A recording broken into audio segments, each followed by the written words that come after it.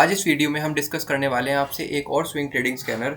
Last video में हमने bullish trading scanner के बारे में डिस्कस किया था। अगर आपने ये वीडियो नहीं देखी है तो प्लीज़ आप इस वीडियो को जाकर देख सकते हैं। हमें इस वीडियो पर ठीक ठाक रिस्पांस मिला था। तो एक हमारे सब्सक्राइबर ने बोला भी था कि सर हमें बियरिश स्कैनर भी चाहिए, तो मैंने आज डिज़ाइन किया है एक बियरिश स्कैनर। तो जैसा कि आपको पता ही होगा कि मार्केट का ट्रेंड अभी बियरिश हुआ है थोड़ा, तो हमें ट्रेड नहीं लेने चाहिए स्विंग ट्रेडिंग में। और अगर हम ट्रेड ले रहे हैं तो हमें थोड़ा शॉर्ट की साइड देखना चाहिए मार्केट को, क्योंकि हमें ट्रेंड के साथ ही चलना चाहिए।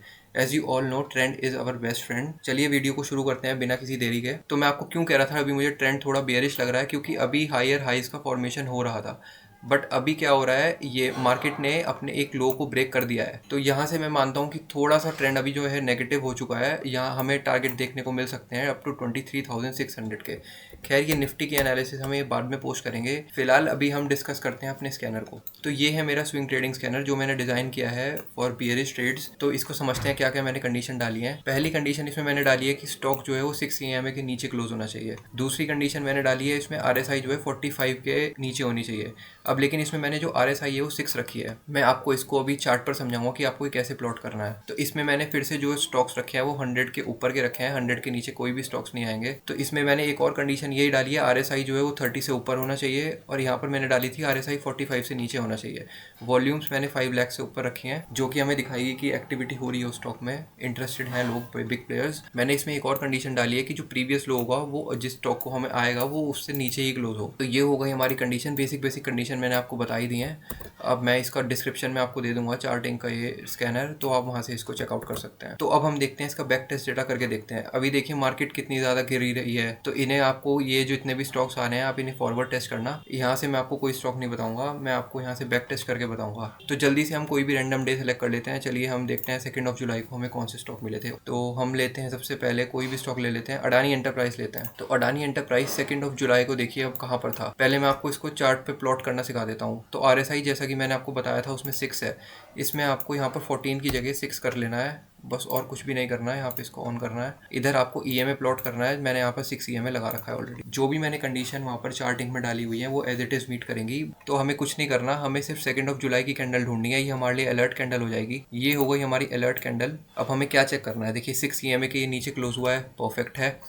और जैसा कि मैंने वहाँ पर कंडीशन डाली थी कि मुझे 45 से नीचे चाहिए RSI, ये वहाँ पर भी मीट हो रही है। और 30 से ऊपर चाहिए। आप देख सकते हैं यहाँ पर 34.60 की RSI आ रही है यहाँ पर। तो यहाँ पर हमें लो मार्क कर लेना है अलर्ट कैंडल का। 2 जुलाई का हमने लो मार्क कर लिया। अब जिस दिन भी ये लो ब्रेक होगा हमें उस दिन एंट्री लेनी है। तो हमने अपने वॉच लिस्ट में इसको ऐड कर लिया और हमने 8 जुलाई को यहाँ पर एंट्री ली। हम स्टॉप लॉस उसी सेम कैंडल का लगाएंगे जिस दिन हमने एंट्री लिया है। हम टारगेट रखेंगे 1:1 या नहीं तो 1:1.5। अब उसके बाद देखिए कितना बड़ा हमें टारगेट देखने को मिला है यहाँ पर, मतलब 1:4.72, ऑलमोस्ट 1:5 के आसपास आपको टारगेट देखने को मिला है। तो यहाँ पर जिस दिन भी ये कैंडल क्लोज हुई उससे अगले दिन, और हमें ये स्टॉप लॉस रखना है क्लोजिंग बेसिस पर। जब भी इसके हाई के ऊपर क्लोज होगा तब हमें एग्जिट करना है यहाँ पर, तब हमें स्टॉप लॉस लेना है। तो यहाँ पर हाई पर देखिए आया तो स्टॉक, लेकिन ये क्लोज नहीं हुआ। और उसके बाद देखिए कितना अच्छा फॉल इस स्टॉक ने दिया। जो भी स्टॉक इसमें आते हैं वो अच्छा खासा आपको परफॉर्म करते दिखाई देंगे। अब चलिए कोई और स्टॉक भी देख लेते हैं। सेल देखते हैं। ये रहा 2 जुलाई। तो हमने 2 जुलाई का लो मार्क किया कैंडल का। अब ये देखिए आपने यहाँ पर इसको लो ब्रेक किया हमारा 19 जुलाई को। तो हम यहाँ पर ट्रेड इनिशिएट करेंगे। और मैंने आपको जैसा कि बताया था आपको रिस्क टू रिवॉर्ड रेशो 1:1 या 1:1.5 रखना है। यहाँ पर हमें इसने 1:1 तो दिया ही है, लेकिन 1:5 नहीं दिया हमारा। उसके बाद स्टॉप लॉस हिट हो गया जाकर, ट्रेलिंग स्टॉप लॉस। बट ये मैं ट्रेड नहीं लूँगा, क्योंकि मैं कम से कम अपना जो स्टॉप लॉस होगा वो 2 to 3% रखूँगा। यानी कि मैक्सिमम हमें रिवॉर्ड रखना है एंड मिनिमम हमें स्टॉप लॉस रखना है। तो इसमें 4% से ऊपर जा रहा है स्टॉप लॉस, तो मैं इस स्टॉक को अवॉइड कर दूंगा। तो चलिए हम कोई और स्टॉक देख लेते हैं। हम इंडियन होटल चेकआउट करते हैं। आप देख सकते हैं यहाँ पर 2 जुलाई की कैंडल ये रही। ये हमारी अलर्ट कैंडल है 2 जुलाई की। अब जिस दिन भी ये ब्रीच करेगा लो, हमें उस दिन ट्रेड लेना है। ये रही कैंडल। तो हमने एंड ऑफ द डे पे ट्रेड लिया, इसको स्टॉप लॉस लगाया and now see the target.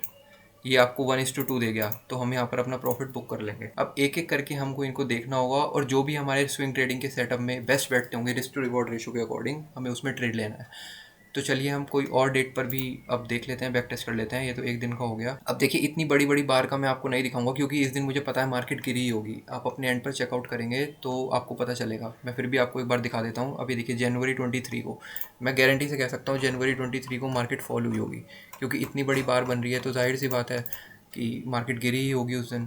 तो ये देखिए 23 जुलाई को ये रही। तो ये देखिए कितनी बड़ी मार्केट गिरी है यहाँ पर, 1.5% में निफ्टी में करेक्शन आया। तो ठीक, तो जाहिर सी बात है कि स्टॉक गिरे होंगे उस दिन। तो मैं ये आपको नहीं दिखाऊंगा, मैं आपको छोटे बार वाले दिखाऊंगा जिस दिन मार्केट बहुत ही कम करेक्ट करी होगी और हमें स्टॉक ठीक ठाक मिले होंगे। तो यहाँ पर भी बहुत सारे स्टॉक्स आ रहे हैं, अब एक एक करके किसी को हम देखते हैं। चलिए पहले ही देख लेते हैं हिंड पेट्रो। तो हिंड पेट्रो हम देखते हैं 19 जून को कहाँ पर था। तो ये रहा हिंड पेट्रो 19 जून को। हमें ये अलर्ट कैंडल लगानी है इसकी यहाँ पर। अब देखते हैं जिस दिन भी ये लो ब्रीच करेगा हमें अपना ट्रेड इनिशिएट करना है।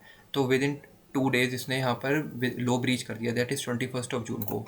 हमें यहाँ पर एंट्री लेनी है, स्टॉप लॉस इस कैंडल के सेम ऊपर लगाना है and now see the target हमें मिल रहा है 1:4.7, अराउंड हमारे 1:1.5 को ये मीट कर रहा है। और स्टॉप लॉस भी देखिए अंडर कंट्रोल है 3.5%। तो ये अच्छा खासा हमें ट्रेड एक देखने को मिला है यहाँ पर। अब चलिए कोई और रैंडम डे पर सेलेक्ट कर लेते हैं स्टॉक। ये हो गया 25 जुलाई को देखते हैं। चलिए LIC हाउसिंग फाइनेंस देख लेते हैं।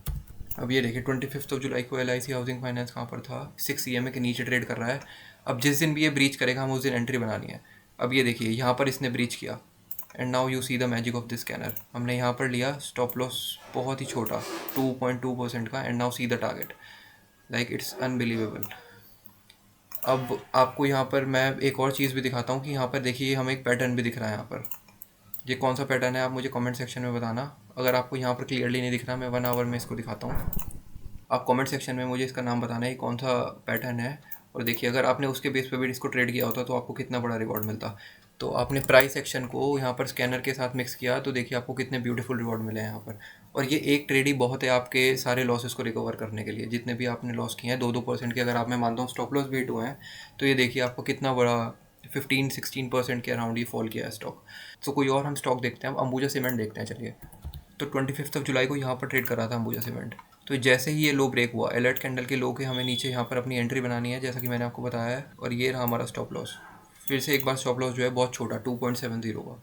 और ये देखिए आप टारगेट कितने बड़े, आपको 1:2 तो आराम से ही मिला है। और आपको अगर ट्रेल करना है तो 1:1.5 तक भी आप लेकर अपना एग्जिट कर सकते हैं स्टॉक। तो आप इसको अपने एंड पर भी जाकर बैक टेस्ट करना और देखना कि कितने इसके अच्छे रिवॉर्ड आते हैं। तो इस वीडियो पर एम रखते हैं 50 लाइक्स का। अगर इस वीडियो पर 50 लाइक्स आते हैं तो मैं आपको इसी स्कैनर के थ्रू इंट्राडे कैसे करते हैं मैं वो आपको सिखाऊंगा। उसका भी बहुत अच्छा रिजल्ट है। इसी सेम स्कैनर को यूज़ करके मैं इंट्राडे में भी यूज़ करता हूँ और कैसे स्टॉक्स को मैं शॉर्ट करता हूँ वो भी आपको बताऊँगा। तो अगर आपको ये वीडियो पसंद आई होगी तो प्लीज़ इस वीडियो को लाइक करना, हमारे चैनल को सब्सक्राइब करना। ऐसे ही एजुकेशनल कंटेंट के लिए मैं आपके लिए वीडियोस लाता रहूँगा। Thank you.